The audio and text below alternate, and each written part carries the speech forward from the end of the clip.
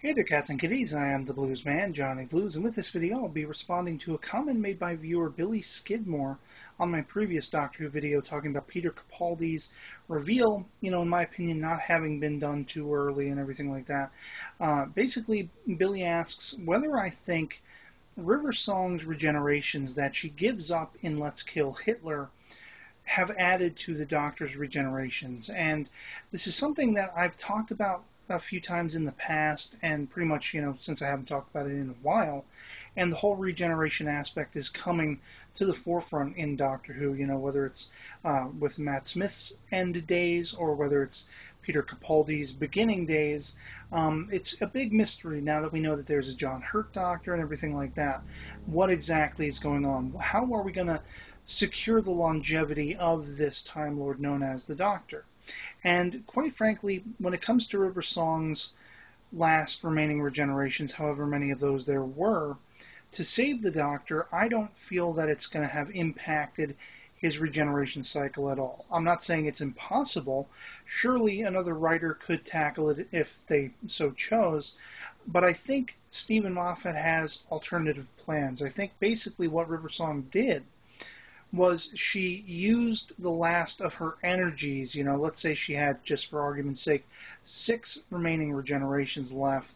She used the bulk of all of that energy to bring the lifeless corpse of the Doctor back, restoring him to the way he was. I think he basically was brought back to as is, status quo, rather than being given anything new.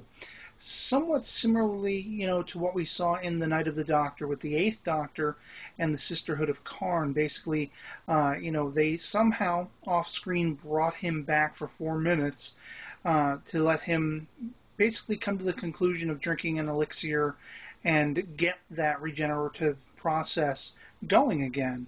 And I think it was something along those lines. His corpse was lifeless, and one way or another, both incidences managed to bring him back. In one case, it brought him back pretty much indefinitely for the tenure of at least the 11th Doctor's time stream, and whereas with the 8th Doctor, he had 4 minutes to decide, you're going to drink something and regenerate, or you're going to just kaput, that kind of thing. So, what we know so far, though, as far as the regenerations goes, is there have been, and are going to be, 13 incarnations of the Time Lord who calls himself the Doctor. Only 12 of those as yet have actually taken the name, the Doctor. Surely we saw that John Hurt was very Doctor-ish, very Doctor-like. He lived up to that name, but by the end, his memory reverts, and so does the incarnations past him that, he destroyed Gallifrey. We know a little better that he didn't, but nothing is unwritten as far as his memory goes, as far as the universe is concerned.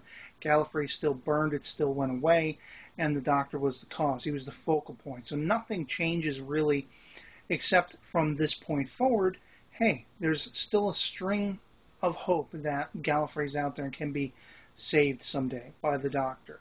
And I think the regeneration thing is going to really come into sort of an impactful story aspect, whether that be at Christmas with Matt Smith's Doctor. It's speculated he may be the final incarnation of the current 13 Lives Doctor, whereas, it could be Peter Capaldi is going to be the last one of his particular run, and he'll be chasing down new regenerations. We have to wait till Christmas to see, and respectively Series 8. But I hope that answers your question, Billy, and I definitely will entertain anyone else's questions. If you have any, every couple of days I could pop up a video talking about, whatever the topic happens to be, Doctor Who related or otherwise. And yeah, that'll be it for me on this. I hope this video finds you well, and I'll catch you later. Peace.